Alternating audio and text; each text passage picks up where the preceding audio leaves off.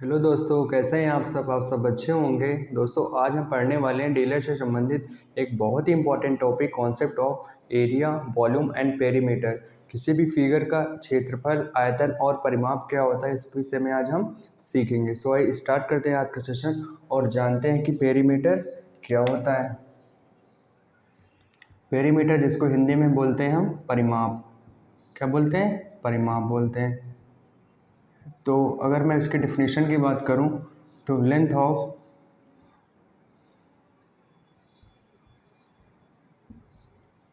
Of outer boundary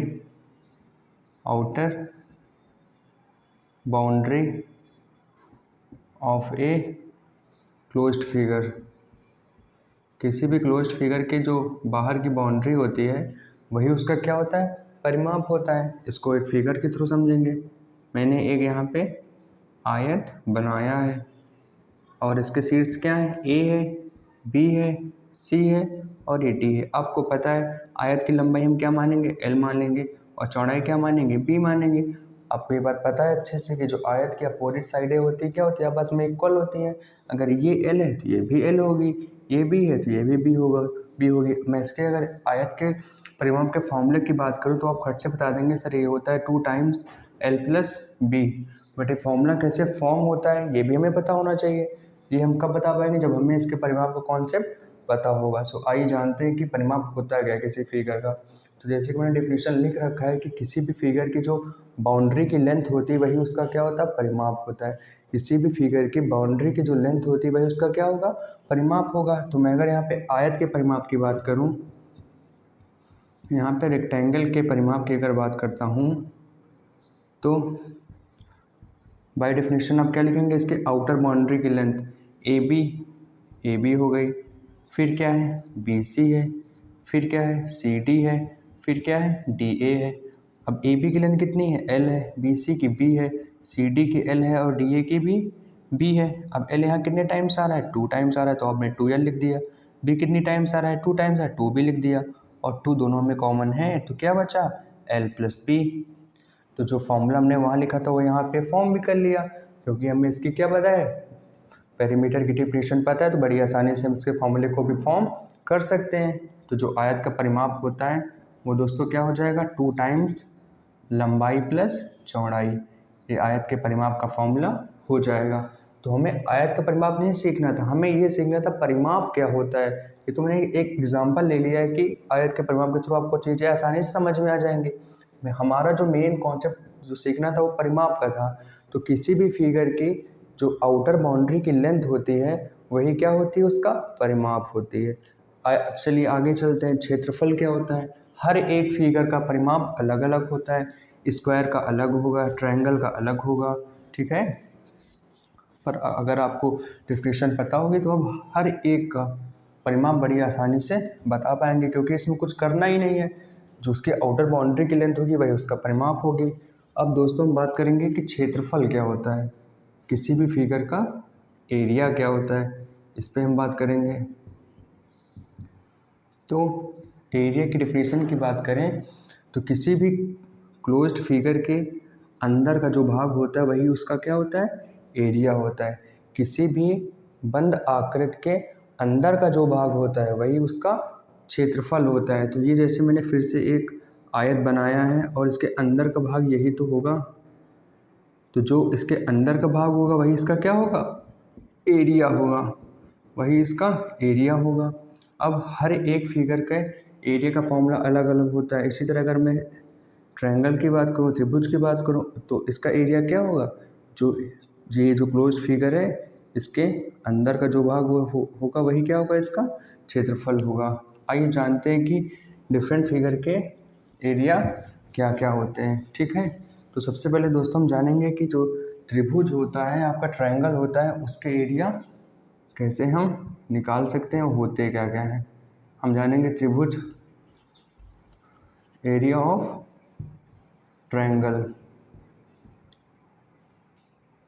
त्रिभुज का area हम कैसे फॉर्म कर सकते हैं। तो आपको पता है कि जो त्रिभुज होते हैं ये भी कई प्रकार के होते हैं। तो सबसे पहले हम जानेंगे कि समबाहु त्रिभुज, समबाहु त्रिभुज का फॉर्मूला के एरिया का फॉर्मूला क्या होता है? इसको बोलते हैं इक्विलेटरल ट्रायंगल। क्या बोलते हैं दोस्तों? Equilateral triangle. समबाहु त्रिभुज के एरिया का फॉर्मूला होता है, आपको पता होना चाहिए कि जो समबाहु त्रिभुज होता है उसकी तीनों साइडें क्या होती हैं? बराबर होती हैं।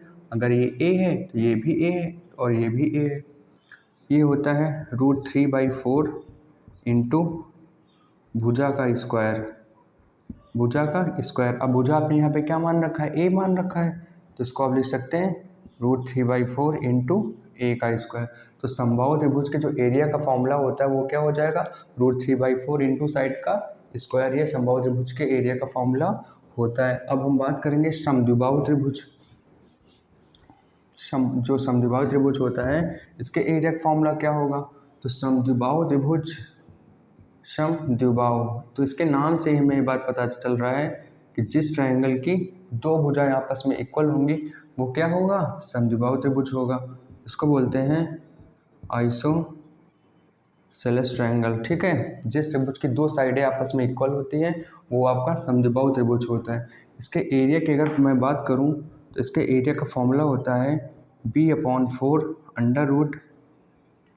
√4a² माइनस का b²। तो ये समद्विबाहु त्रिभुज के क्षेत्रफल का फॉर्मूला हो गया। अब आपको पता है ए क्या है? जो भुजाएं आपस में बराबर हैं वो इनकी लेंथ है। और बी क्या है? आधार वाली भुजा। बी क्या है? आधार वाली भुजा। मैं लिख देता हूँ, नहीं आपको कन्फ्यूज़न होगा। और ए क्या है? इसमें लिख सकते हैं कि समान भुजा की लंबाई। जो भुजा समान होंगी वही क्या होगा? आपका ए होगा। तो ये रहा आपके समबाहु त्रिभुज के एरिया का फॉर्मूला। अब हम बात करेंगे हीरोन्स फार्मूला की। किसकी बात करेंगे? हीरोन्स फार्मूला की। इस फार्मूला के थ्रू आप किसी भी ट्रायंगल का फॉर्मूला बहुत आसानी से निकाल सकते हैं। ठीक है, ये बी है और ये आपका क्या हो जाएगा? सी हो जाएगा। सबसे पहले जान लेते हैं कि एरिया का फॉर्मूला क्या होता है। तो आप लिखेंगे (S-(a)(S-b) एंड S-c। अब ए बी सी तो आपको पता ही क्या है? ए बी सी क्या है? Sides of triangle. ट्रायंगल की जो साइड है वो क्या है? ए बी सी है। और एस क्या है यहाँ पे दोस्तों? एस सेमी पेरीमीटर है। क्या है? सेमी पेरीमीटर, मतलब कि अर्ध परिमाप है हमारा। क्या है? अर्ध परिमाप। तो मैं अगर त्रिभुज के परिमाप की बात करूं तो आप क्या कहेंगे? सर इसका परिमाप हो जाएगा a + b + c। भाई आउटर बाउंड्री का सम ही तो परिमाप होता है, बट यहाँ पे क्या कह रहे हैं? अर्ध परिमाप, मतलब परिमाप का आधा कर दो। और ये किसके इक्वल होगा? सेमी पेरीमीटर के इक्वल होगा। तो किसी भी ट्रायंगल की अगर साइडें अलग अलग हैं तो सबसे पहले, और हमें उसका एरिया फाइंड करना है, तो सबसे पहले हम क्या निकालेंगे? उसका सेमी पेरीमीटर निकालेंगे। फिर ऐसे इसमें पुट कर देंगे और आंसर हमारा आ जाएगा। जब हम क्वेश्चन करेंगे तो बहुत आसानी से इस फॉर्मूले का यूज़ करेंगे और आंसर तक पहुँचेंगे। चलिए चलते हैं आगे। तो हमने दोस्तों परिमाप क्या होता है ये भी सीख लिया है, क्षेत्रफल क्या होता है ये भी हमने सीख लिया है। ठीक है, क्षेत्रफल भी हमने सीख लिया है, त्रिभुज का क्षेत्रफल हमने सीख लिया है। अब कुछ और फिगर है, इनके क्षेत्रफल का फॉर्मूला क्या होता है वो हम सीख लेते हैं। ठीक है, 3-4 फिगर और इम्पोर्टेंट है अपने सिलेबस में, उनका क्षेत्रफल क्या होता है वो भी जान लेते हैं। अगर मैं आयत के क्षेत्रफल की बात करूं, आयत का क्षेत्रफल, फिर मैं अगर वर्ग के क्षेत्रफल की बात करूं, ठीक है, त्रिभुज हो ही चुका है आपका। फिर मैं अगर वृत्त के क्षेत्रफल की बात करूं, ठीक है, तो आयत का जो क्षेत्रफल होगा वो क्या हो जाएगा दोस्तों? लंबाई गुणे चौड़ाई। ये आपके आयत का क्षेत्रफल हो जाएगा L/b। वर्ग क्या होता है? भुजा गुणे भुजा। ये आपके वर्ग का सेंटीमीटर होता है, वो क्षेत्रफल होता है, डेट मीन्स साइड का स्क्वायर।